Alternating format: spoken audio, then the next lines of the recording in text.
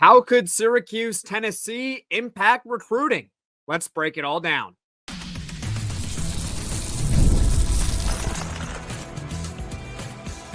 You are Locked On Syracuse, your daily podcast on the Syracuse Orange. Part of the Locked On Podcast Network, your team every day. Hello, everyone, and welcome into Locked On Syracuse. I'm Jackson Holzer. Thank you for making us your first listen of every single day here on the Locked On Podcast Network, your team every day. We are free and available wherever you get your podcasts. And on today's mini podcast, we are joined by Brian Smith, Locked On's very own recruiting expert and host of the Portal Podcast, also the host of Locked On Florida State Seminoles. And on today's show, Brian will give his thoughts ahead of Syracuse and Tennessee's Week 1 matchup on Saturday at noon Eastern down in Atlanta, Georgia. But first, we're going to talk about this game from a recruiting perspective. How important is this game for Syracuse as far as their recent recruiting surge under Fran Brown? All that and more here on today's edition of Locked On Syracuse. So, Brian, thank you so much for joining the podcast today. So let's get right to it, okay? From a recruiting perspective, how important is this game for Syracuse? I think it's massive because you need to prove that last year wasn't a one-year wonder. If they come out and get beat 38-0, that's no good. You need to go out there, be competitive from start to finish, and show that this is a program with a future. If you do that, not only do you keep your guys that are committed, that's obviously objective number one, you expand your map. Maybe you can start flipping some guys. There's probably guys that they're talking with, but they're not sure. Hey, it's 1 year, but Syracuse in my lifetime hasn't been good. Why should I believe you? If you come out upset Tennessee or just play really well, then you're on to something totally different. So this game is massive from a long-term perspective, and obviously every game counts towards getting to a bowl game a year, which I think will be difficult in general because our schedule is just ridiculous. But here's your chance. Like, nobody's picking Syracuse. Nobody's giving you a chance. Fran Brown and his staff have an opportunity here to make some ground. What do recruits typically look for in games like this? More than anything else, they just want to see, how would I be used? Like, they try to envision themselves in the shoes. Like, let's use Calvin Russell. Like, okay, as a receiver, I know they throw the ball around, but let's get more specific. How would they use me if I played boundary, if I played flanker, etc.? Seeing it in the moment after you're committed is a little different. For guys that aren't committed, they're probably looking at the scheme as well and saying, okay, well, this guy's starting here. He's a sophomore, but at my spot, this guy's a redshirt junior. He's got at most one more year. They're going to look at the depth chart. They're going to look at how many guys not only played, but how they were used when they played, because they're looking at it from a perspective, where am I going to be if I go play for Syracuse? So, again, that's why it's important for them to do well. It's one thing for the scheme to look right, but are they executing it? They want guys to be coached up and have a chance to make it to the NFL, and that's where they want to be too. So I'm sure Syracuse is well aware of all this because it's straightforward for guys that work in the back office, but they need to see the fruition of all these players they've recruited, making it happen. Portal guys too. Can they do that? Because if they do, I think Syracuse is going to surprise some people down the stretch in the recruiting game too.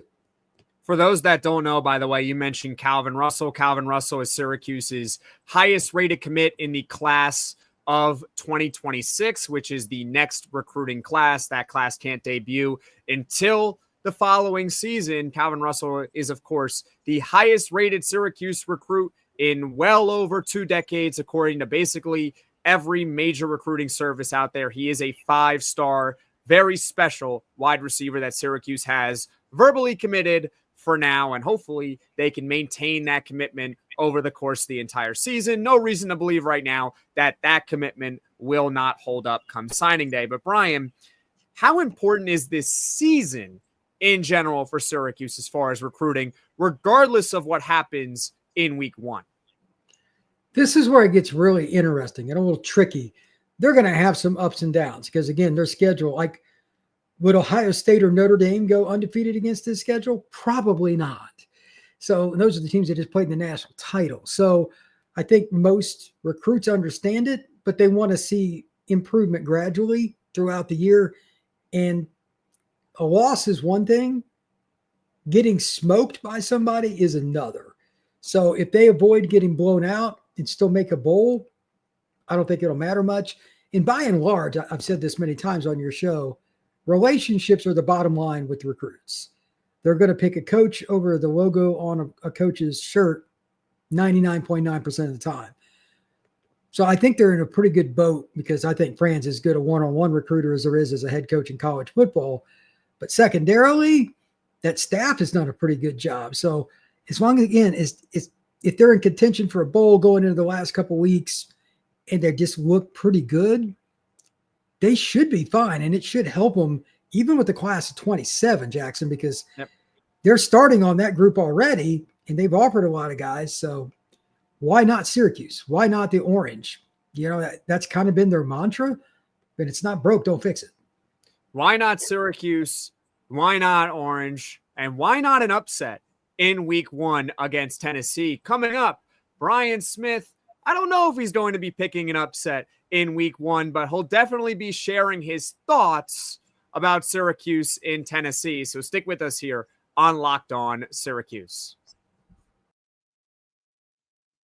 Guys, you've probably heard of Viagra or Cialis. Maybe you've even tried them, but if you're looking for something beyond the usual pill, it's time to meet Rugiet Ready. Rugiet Ready is a next-gen prescription treatment designed to amplify arousal in the brain and boost blood flow. Unlike the usual pills that can take hours, Rugiet's 3-in-1 formula dissolves under your tongue and kicks in fast, on average, in 15 minutes. Effects can last up to 36 hours, so you can stay confident and in control when the moment is right. If traditional options haven't worked, Rugiet might be the answer. Over 150,000 men have already made the switch. Head to Rugiet.com/LockedOnCollege and use code LockedOnCollege to get 15% off today. That's Rugiet.com/LockedOnCollege and use promo code LockedOnCollege for 15% off. Individual results may vary with prescription treatment. Compounded drugs are permitted to be prescribed under federal law but are not FDA approved and do not undergo FDA safety, effectiveness, or manufacturing review. Please visit the Rugiet website for full safety information. August 26th is officially FanDuel Futures Day, a brand new holiday for football fans who live for bold predictions and preseason hunches. For just 24 hours, FanDuel is giving you deals on NFL season predictions. So whether you're calling your MVP, eyeing a long shot division winner, or ready to crown your Super Bowl champion before week 1 even kicks off, this is your moment. By now, you've probably heard that I think Ashton Jeanty of the Las Vegas Raiders is going to win Offensive Rookie of the Year. The talented running back from Boise State, set to be a workhorse running back under Pete Carroll. Think about how Pete Carroll has used his running backs over the years, and that's why I'm ultimately picking Ashton Jeanty to be the Offensive Rookie of the Year. Visit the FanDuel app today and start planning your futures bets now, because Futures Day is one day and one day only. FanDuel, play your game.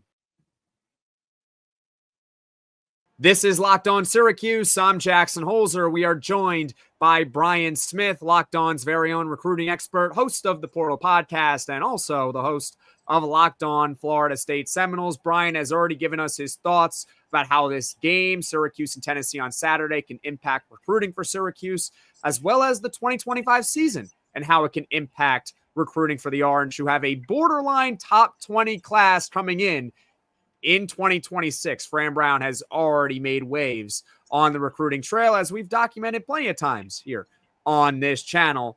But let's talk about this matchup coming up here on Saturday, because Brian, you're not just a recruiting expert, you are a college football junkie, and that's a good thing. And you're also neutral when it comes to this game. I don't think you really care who wins between Syracuse and Tennessee. So when you look at this matchup from a Syracuse perspective, because of course this is a Syracuse channel, how do you think Syracuse matches up against Tennessee on Saturday? I'm very worried about them in the trenches, especially the offensive line. I don't know if I should blame you for this or what, but all 5 of their transfer offensive linemen being meshed together makes me nervous. So will that work? It sometimes does, but usually teams that do the best recruit high school linemen over years. That's my biggest concern. Secondarily, it's depth. I don't think that they've got a bad roster, but they lost, Pena, some other guys. Is it going to be enough with all the transfers and some of the young guys? It's a lot to ask game 1, especially with the Angeli at quarterback. He's another transfer, the kid out of Notre Dame. if they don't get off to a good start, I'm concerned. But if they can get out of that first quarter within 3 points, then we got something.